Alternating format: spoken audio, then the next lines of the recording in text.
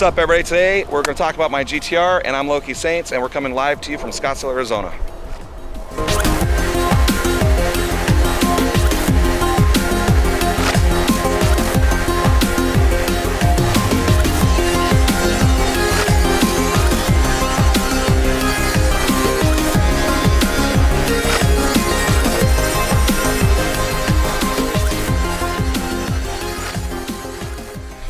My Nissan GT-R is a 2012 Black Edition.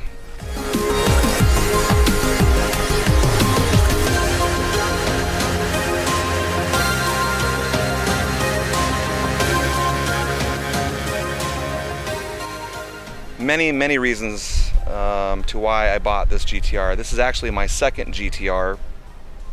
My first introductory to the Nissan Skyline GT-R world started in about 2000.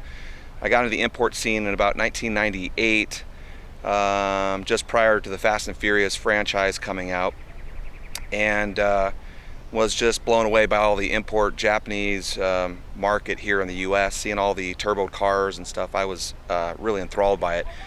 So sometime around 2001, I got my hands on a Nissan Skyline, an R33 GTST, which at that time there was a big infraction with how they were coming into the States legally. So I won't say how I got it, but I got one, and at that time I fell in love, and the rest is history. Fast forward to 2009, Nissan came out with this beautiful car here, the R35, and this is the continuation of the Skyline. Even though they don't use the Skyline name anymore, it's dropped, and now it's just called the GT-R. So I picked up one in 2015 is when I picked up my first one. It was a Super Silver premium edition, and it had already been a full bolt-on with a tune, quite fast actually, but nothing compared to this 2012 that I have here. So that's pretty much how I got into the GT-R world.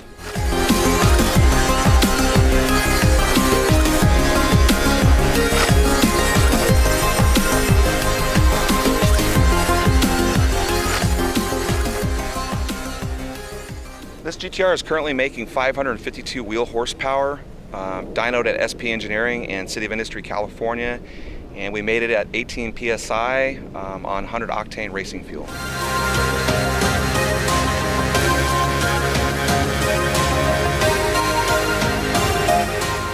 GT-R currently has 3-inch Titec intakes. It has a 90mm downpipe. That's all the performance upgrades. It's been tuned with a Cobb V3, TCM has also been tuned, and I have an LC5, which is the launch control. It's version 5. Really nice, actually. And I've got quite a bit of aesthetics that have been done to the car. Titec carbon fiber front lip, Cybon carbon fiber hood, and Cybon carbon fiber trunk. There's lots of carbon fiber goodies underneath. I have a Titec cooling plate, shifter bezel that's inside the interior of the car. Just lots of goodies. JDM side markers all clear, smoked LEDs in the rear. There's just a lot of stuff to look at. Because the car is black, when you're kind of looking at it generally, you just don't see a lot of the aesthetics unless you really have an eye for it and you look for it.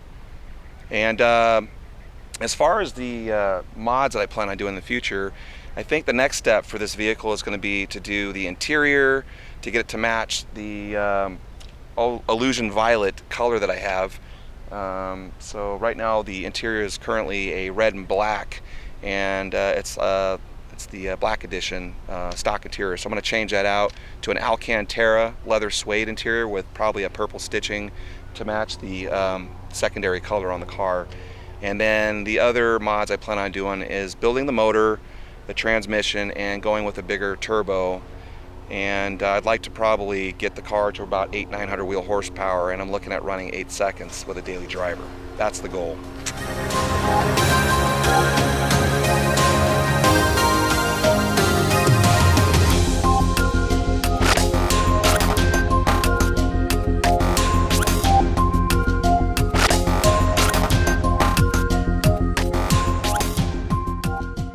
I get a lot of questions about the GT-R. Of course, not when I'm driving, because nobody can ask a question when you're driving, obviously.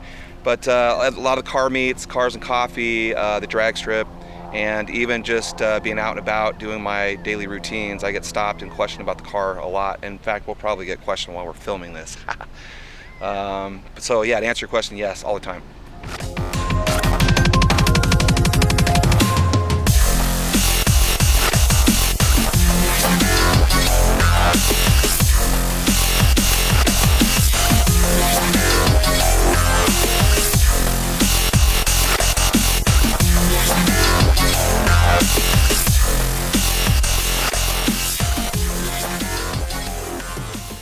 Depends on what type of attention you are referring to. Generally, yes, it does, and it usually comes from people who know what the vehicle is. However, I do get a lot of interesting questions and a lot of response from people who don't know what it is. So it comes from both sides. So to answer your question, yes.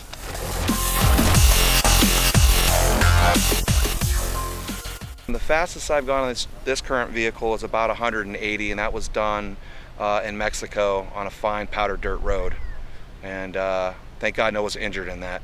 So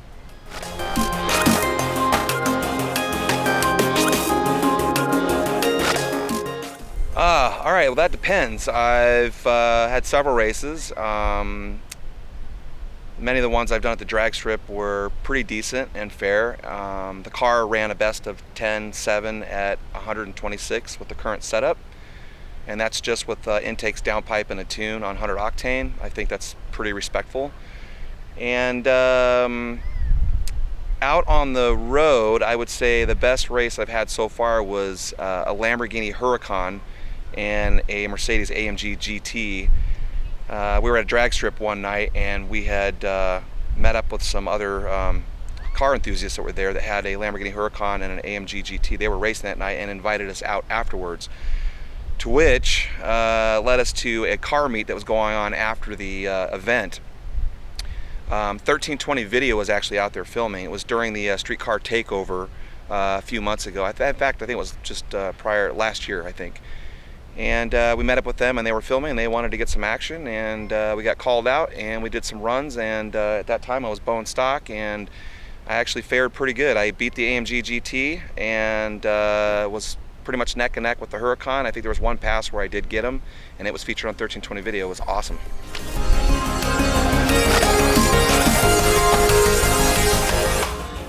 I got into the import scene, well, it all primarily started from my father. I got into racing at an early age. My father, well, we used to live in Germany, and my father used to race the Nürburgring. Back in the mid-70s. He used to race a lot of the Formula Fords and Formula Vs, so that was my introduction to racing. And so that kind of progressed, and as I came into the States, I learned about all the imports and turbo vehicles, and the rest is just history. I just started following down the rabbit hole like everybody else does, and at that time we didn't really have the internet. It wasn't as prevalent as it is today with all social media and YouTube and whatnot. So back then it was just going to raw car meets, the illegals, which I don't boast about that, but that was our time back then. And that's how I kind of came into the whole import scene and learning about high efficient horsepower cars with turbos.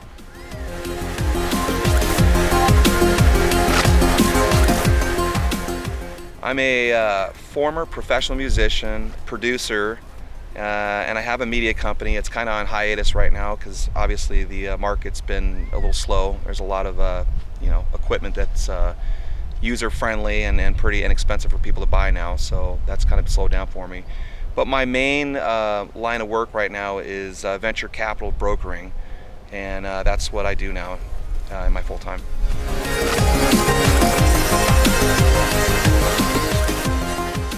Yes, I get asked this question a lot, especially at Scottsdale Pavilions and some of the car meets.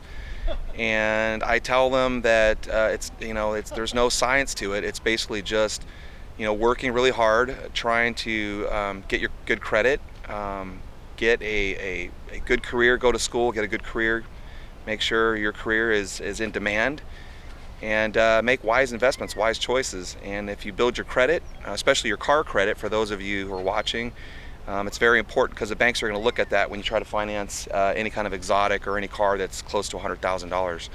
So my advice to all of you out there that are younger or watching this, I would say focus on your credit, focus on your car credit, make sure you're not late on any of your payments, and any of you guys can get one of these, even 17, 18, just build your credit up and you can get one.